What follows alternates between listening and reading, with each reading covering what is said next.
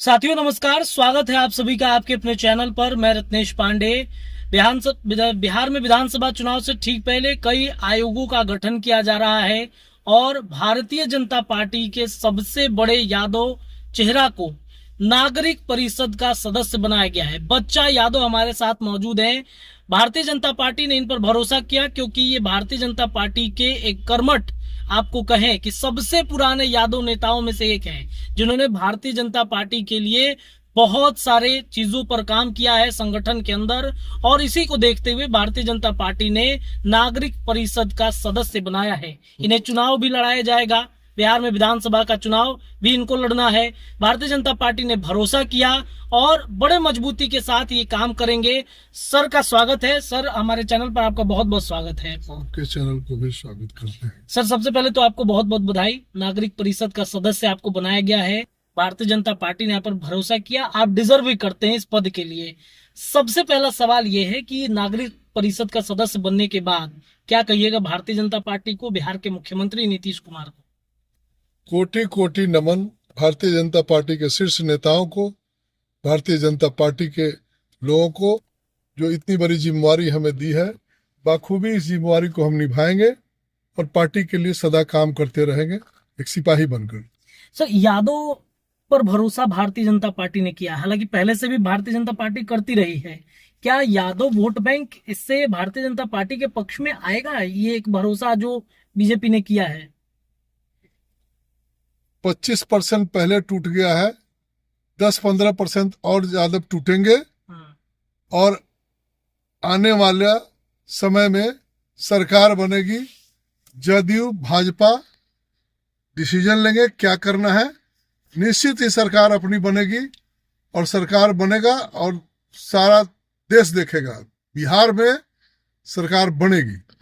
Yadav vote bank पर एक बड़ी सेंधमारी भी बीजेपी की तरफ से की जा रही है। आपके साथ कई यादव भी जुड़े हुए हैं। हमने देखा कि जिस क्षेत्र से आप चुनाव लड़ना चाहते हैं, सोनपुर का क्षेत्र है, वहां पर यादव आपसे सबसे ज्यादा इन्फ्लुएंस रहता है। क्या ऐसा आपने किया है कि लालू यादव से टूटकर आपके साथ जुड़े हुए हैं सभी यादव? जो वक्त के मारे हुए यादव हैं, जो रे तो सुनते रहे, गाली वाली सुनते रहे है, तो वो आदमी जो त्राही त्राही इमाम है, वो आदमी को कोई जगह तो चाहिए ना।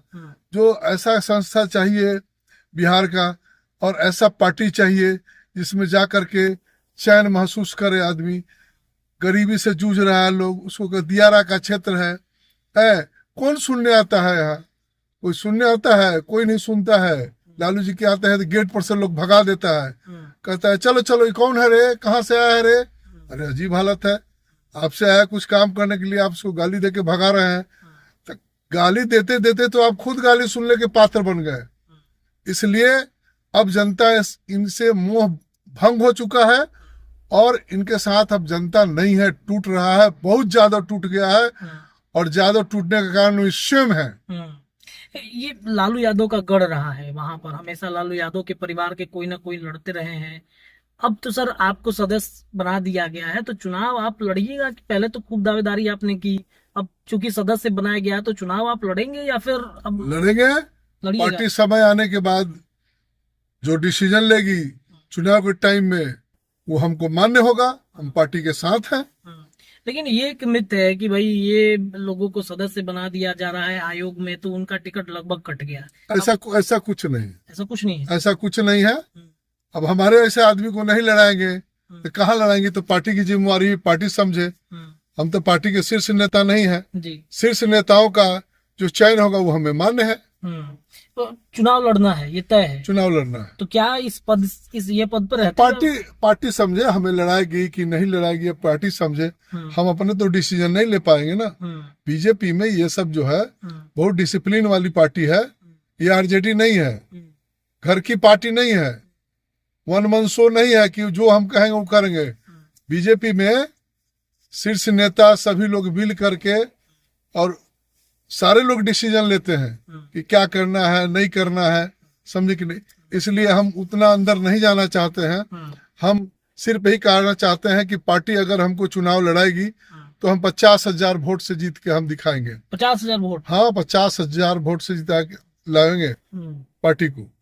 भारतीय जनता पार्टी के लिए सब कुछ करने के लिए हम तैयार हैं। हम इतना दिन समय दिए हैं सोनपुर में और लोगों को सेवा किया है, तो हमें तो चाहिए ना।